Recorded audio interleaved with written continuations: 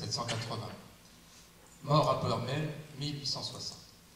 Première étape de sa vie, dans le pays de Saint-Malo et la Chênaie, de 1780 à 1814. Tout le monde a calculé, ça fait donc... Voilà. Donc l'enfance, l'adolescence, la jeunesse, le début de la vie adulte, jusqu'à la maturité. Vous avez eu une vue de Saint-Malo à l'époque. Il faut savoir seulement que Saint-Malo, Saint-Servant, il y avait la mer entre les deux. À Saint-Malo, ça va trop vite là mon cher, voilà. Saint-Malo, l'enfance, c'est la Révolution française. 1789. 1793 à Saint-Malo, il a 13 ans, Jean-Marie, c'est la terreur. Il y a un célèbre Le Carpentier qui fait couper les têtes, beaucoup, de Malouins et de prêtres. Deux lieux pour Jean-Marie, le commerce de ses parents, ils étaient armateurs. Rue Saint-Vincent, vous connaissez tous la rue Saint-Vincent, juste après la porte Saint-Vincent, sur la droite, l'hôtel existe toujours, l'hôtel particulier. Et puis en Saint-Servant, la résidence de l'Amélia, proche de l'évêché, ou de la résidence de l'évêque plutôt, du côté des Corbières, si ça vous dit quelque chose, l'église Sainte-Croix, un peu plus haut. Sans doute que Jean-Marie a plus vécu en tant qu'enfant à l'Amélia qu'au commerce de la rue Saint-Vincent, puisque là c'était la populace, comme on disait, qui était sur le port. Il est très proche à l'Amélia du dernier évêque de Saint-Malo, Monseigneur de Pressigny, qui va le marquer. Saint-Malo, il se prépare à la prêtrise, 1802, 22 ans, il n'est pas encore prêtre. Il refonde avec deux prêtres le collège de Saint-Malo, qui existe toujours, l'ISN. Donc il devient enseignant, et tout en se préparant à la prêtrise.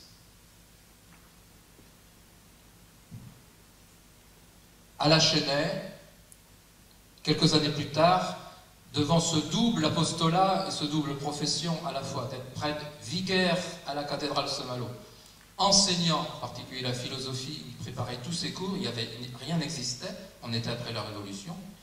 Surmenage, il va se reposer à la Chênaie. La Chênaie, côté de Saint-Pierre de Pléguin, une propriété qui appartenait aux grands-parents.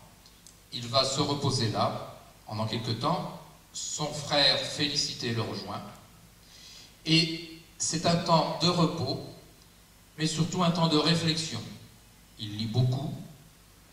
C'est, on peut dire, le temps des semailles. 1807, en particulier, c'est ce qu'on appelle le torrent d'idées vagues. Il jette par écrit un tas d'idées sur ce qu'il pourrait faire, en particulier pour reconstituer l'Église de France et la société française. Vous avez la Chênaie et Jean-Marie et Félicité. Deux frères très complices, spirituellement et intellectuellement. Très proches l'un de l'autre. Ils avaient 2 ans de différence. Jean-Marie étant l'aîné par rapport à Félicité. 1814, il est nommé évêque... excusez-moi, il est nommé... Non, il a refusé d'être évêque. Il est nommé secrétaire particulier de l'évêque de Saint-Brieuc, qui décède moins d'1 an après, et il devient vicaire capitulaire. Pendant 5 ans, il va administrer le diocèse. C'est l'âge de la maturité, 35-40 ans, l'âge des grands projets.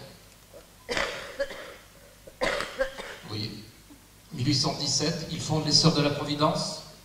1819, avec Gabriel, il fonde les Frères de l'Instruction chrétienne. Jusqu'en 1822.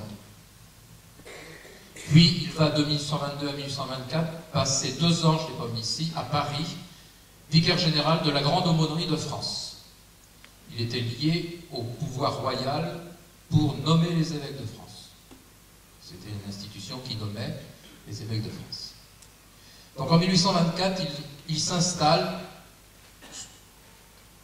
à Ploermel jusqu'en 1860. C'est le temps de la fécondité. Installation dans le couvent des Ursulines. En 1830, il y a 104 écoles d'ouvertes en Bretagne. d'Établov, là, Thierry en parlera. 1837, départ de 5 frères à la demande des autorités pour les Antilles. Puis ce sera vers les autres colonies, dont Tahiti en 1859. 1860, donc 30 ans après les 104 écoles, il y a maintenant 852 frères et pratiquement 350 écoles. 26 décembre 1860, Jean-Marie Lamennais décède entouré de ses frères. Voilà, quelques repères de sa biographie. Maintenant...